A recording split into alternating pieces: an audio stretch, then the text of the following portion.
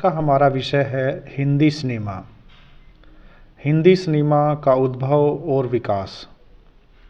Hindi cinema केवल मनोरंजन का साधन नहीं है, यह भारतीय समाज, संस्कृति, भावनाओं और सपनों का दर्पण भी है। आज जब हम बड़े बजट की फिल्में, आधुनिक तकनीक, मल्टीप्लेक्स और ओटीटी प्लेटफॉर्म देखते हैं, तो यह याद रखना ज़रूरी है कि इस चमकदार दुनिया की शुरुआत बहुत साधारण मगर सपनों से भरी थी। हिंदी सिनेमा का सफ़र लगभग एक सदी से भी अधिक पुराना है और इसके उद्भव को लेकर वर्तमान तक कई चरण गुजरे हैं। बात करते हैं प्रारंभिक दौर की मूक फिल्मों का समय। मूक यानी बिना आवाज़ की फिल्में, गूंगी फिल्में।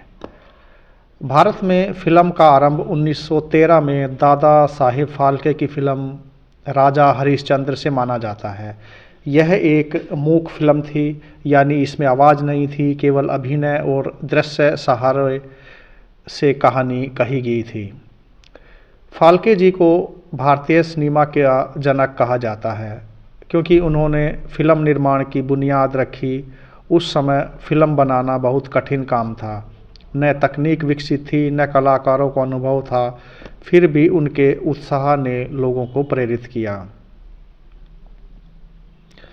मूक फिल्मों के दौर में धार्मिक और पौराणिक कथाएं ज़्यादा बनती थी, जैसे हरिश्चंद्र, नल, दमयंती, श्री कृष्ण आदि। इसका कारण यह था कि लोग इन कहानियों से परिचित थे और बिना आवाज़ के भी उन्हें समझ सकते थे। इसी समय में कई निजी थिएटर खुले और सिनेमा धीरे धीरे आम जनजीवन का हिस्सा बनने लगा। बोलती फिल्मों का आगमन। हिंदी सिनेमा में सबसे बड़ी क्रांति 1931 में आई, जब दे सिर ईरानी ने अपनी बोलती फिल्म आलम आरा बनाई। यह पहली फिल्म सुपरहिट हुई और लोगों में सिनेमा के प्रति उत्साह कई गुना बढ़ गया। अब संवाद, गीत और संगीत फिल्मों की जान बन गए। फिल्मों में लता, मोहम्मद रफ़ी, तलत महमूद जैसे महान गायकों की आवाज़ और नौशाद, शंकर जयकिशन जैसे संगीतकारों के धुनों ने हिंदी सिनेमा को अलग पहचान दिलाई। इस दौर में फिल्में केवल मनोरंजन नहीं रही, वे समाज को संदेश भी देने लगी। गरीबी, प्रेम, बलिदान, परिवार, त्याग और नैतिकता जैसी भावनाएं प्रमुख रही। स्वतंत्रता के बाद का स्वर्णिम काल। 1947 के बाद का समय हिंदी सिनेमा का स्वर्णिम युग कहा जाता है। उस समय फिल्में समाज की सच्चाई और सपनों के बीच पुल का काम करती थी। राज कपूर, गुरुदत्त, बिमल रॉय, महबूब खान जैसे निर्देशकों ने इंसानी संघर्ष, बेरोजगारी, वर्ग भेद और आदर्शवाद को शानदार तरीके से पर्दे पर उतारा।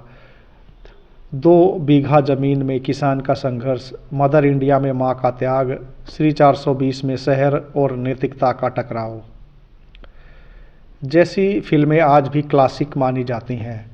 एक तरफ राज कपूर का भावनात्मक सिनेमा था, तो दूसरी तरफ दिलीप कुमार का गंभीर अभिनय और देव आनंद का रोमांटिक अंदाज।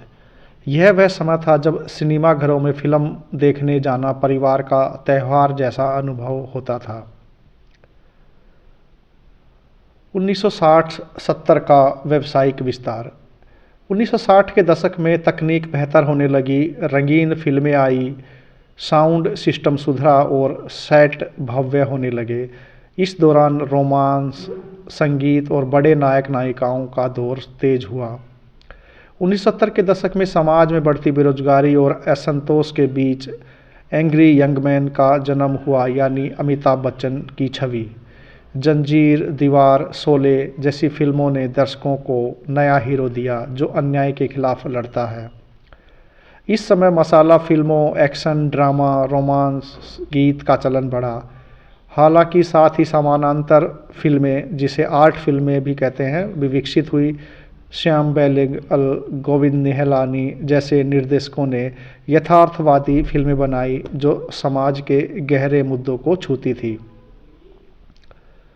1980 से 90 के परिवर्तन।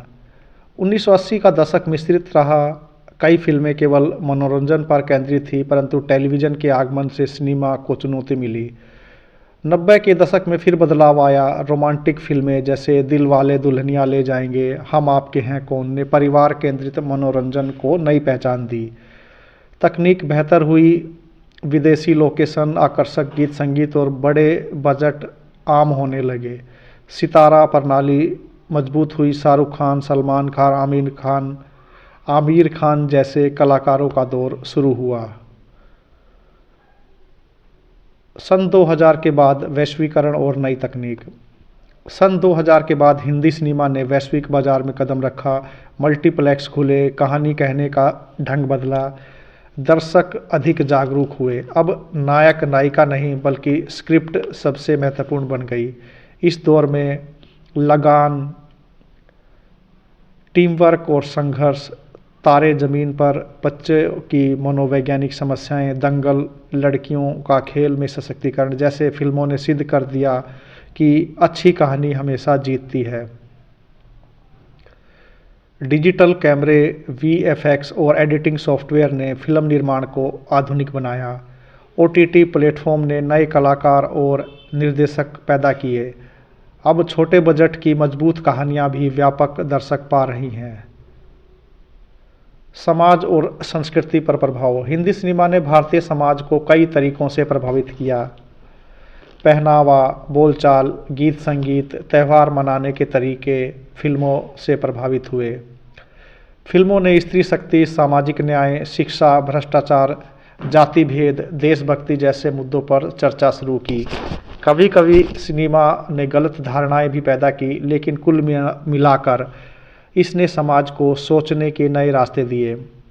हिंदी सिनेमा ने भारतीय पहचान को दुनिया में पहुंचाया।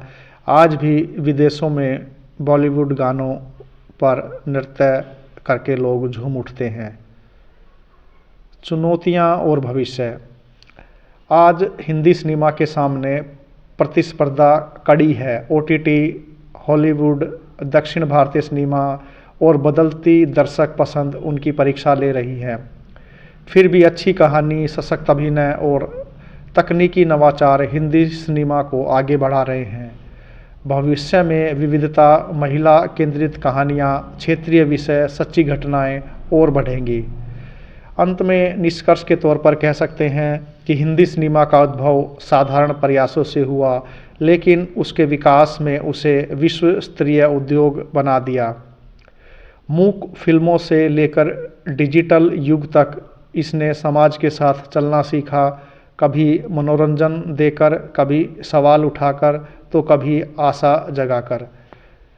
हिंदी सिनेमा वास्तव में हमारी संस्कृति, भावनाओं और बदलते समय का एक जीवंत दस्तावेज है।